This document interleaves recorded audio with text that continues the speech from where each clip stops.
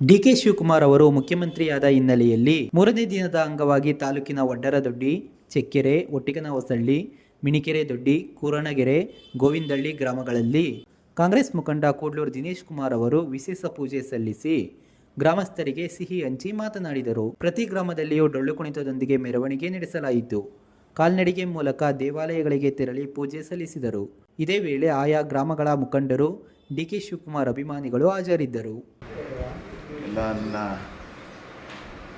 ಮೊದಲನೇದಾಗಿ ನನ್ನ ಪತ್ರಕರ್ತ ಸ್ನೇಹಿತರು ಹಾಗೂ ನಮ್ಮ ಪಂಚಾಯಿತಿಗಳ ಗ್ರಾಮಸ್ಥರು, ಮುಖಂಡರುಗಳು ಎಲ್ಲರಿಗೂ ನಾನು ಹೃದಯಪೂರ್ವಕ ಅಭಿನಂದನೆಗಳನ್ನ ತಿಳಿಸೋದಕ್ಕೆ ಇಷ್ಟಪಡ್ತೀನಿ.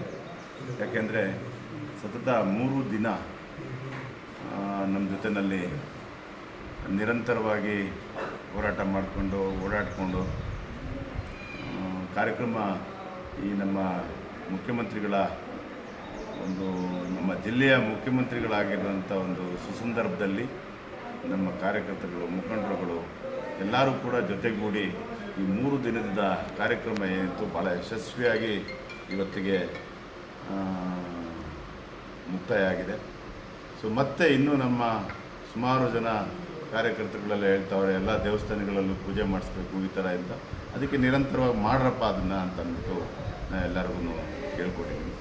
ಸೊ ಈ ಸಂದರ್ಭದಲ್ಲಿ ಸ್ಪಂದಿಸಿದಂಥ ಎಲ್ಲ ನನ್ನ ಮುಖಂಡರುಗಳಿಗೆ, ಕಾರ್ಯಕರ್ತರುಗಳಿಗೆ ಮತ್ತು ಊರಿನ ಗ್ರಾಮಸ್ಥರಿಗೆ ಹಾಗೂ ನನ್ನ ಪತ್ರಕರ್ತರ ಸ್ನೇಹಿತರುಗಳಿಗೆ ಎಲ್ಲರಿಗೂ ಕೂಡ ನನ್ನ ಹೃದಯಪೂರ್ವಕ ಅಭಿನಂದನೆಗಳನ್ನ ತಿಳಿಸ್ತಾ ಇದ್ದೀನಿ.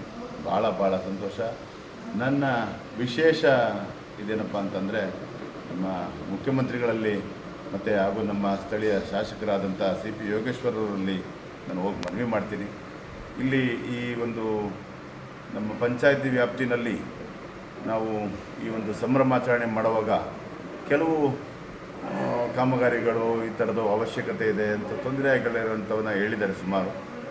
ಅದನ್ನು ನಾನು ಸ್ಥಳೀಯ ಶಾಸಕರಾದಂಥ ನಮ್ಮ ನೀರಾವರಿಯ ಅಧಿಕಾರ ಮತ್ತು ಒಂದು ಜನಪ್ರಿಯ ಶಾಸಕರು ನಮ್ಮ CP ಯೋಗೇಶ್ವರವ್ರ ಹತ್ರ ಹೋಗಿ ನಾನು ಮಾತಾಡಿ ನನ್ನ ಪಂಚಾಯಿತಿಯಲ್ಲಿರುವಂಥ ಸಮಸ್ಯೆಗಳನ್ನ ಬಗೆಹರಿಸ್ಕೊಳ್ಳೋದಕ್ಕೆ ನಾನು ಅವ್ರ ಸಹಕಾರ ಕೇಳಿ ಮುಂದಿನ ದಿನಗಳಲ್ಲಿ ಇಲ್ಲಿ ಸಮಸ್ಯೆ ಇರುವಂಥ ಕೆಲಸಗಳನ್ನೆಲ್ಲ ಕಂಪ್ಲೀಟ್ ಮಾಡುವಂಥ ಕೆಲಸನ ಮಾಡೋದಕ್ಕೆ ಒಂದು ಒಳ್ಳೆಯ ಅವಕಾಶ ಇದೆ ನಮಗೀಗ.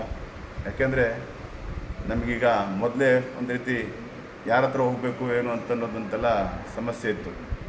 ಈಗ ಒಂದು ರೀತಿ ಕಾಮಧೇನು ಥರ ನಮ್ಮ ಸಾಹೇಬರು DK ಶಿವಕುಮಾರ್ ಸಾಹೇಬರು ಮುಖ್ಯಮಂತ್ರಿ ಸ್ಥಾನದಲ್ಲಿ ಕೂತಿರೋದ್ರಿಂದ ನಮಗೆ ಹೋಗಿ ಕೇಳೋದಕ್ಕೆ ಒಂದು ಅವಕಾಶ ಇದೆ.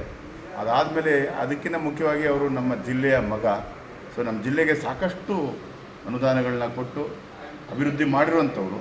ಮತ್ತೆ ನಾವು ಕೇಳಿಕೊಂಡ್ರೆ ನಾವು ಇಲ್ಲ ಅನ್ನುವಂಥ ಬಾಯಿ ಬರಲ್ಲ ಅವ್ರಿಗೆ. ಖಂಡಿತವಾಗಿ ನಮಗೊಂದು ಖುಷಿ ಇದೆ, ಈ ಜನಗಳ ಹತ್ರ ಹೋದಾಗ ಅವ್ರ ಸಮಸ್ಯೆಗಳು ಕೇಳಿದಾಗ ಇದನ್ನು ಬಗೆಹರಿಸ್ಕೊಡ್ಬೋದು ಅಂತ ಅನ್ನೋ ಒಂದು ಮನೋಭಾವ ಬಂದಿದೆ. ನಾವು ಶಾಸಕರನ್ನ ರಿಕ್ವೆಸ್ಟ್ ಮಾಡಿ ಇದನ್ನೆಲ್ಲನೂ ಕೂಡ ಮಾಡಿಸುವಂಥ ಕೆಲಸ ಮಾಡ್ತೀನಿ ಮುಂದಿನ ದಿನಗಳಲ್ಲಿ ಅಂತ ಹೇಳ್ತಾ ಮತ್ತೊಮ್ಮೆ ನಿಮ್ಮೆಲ್ಲರಿಗೂ ನಾನು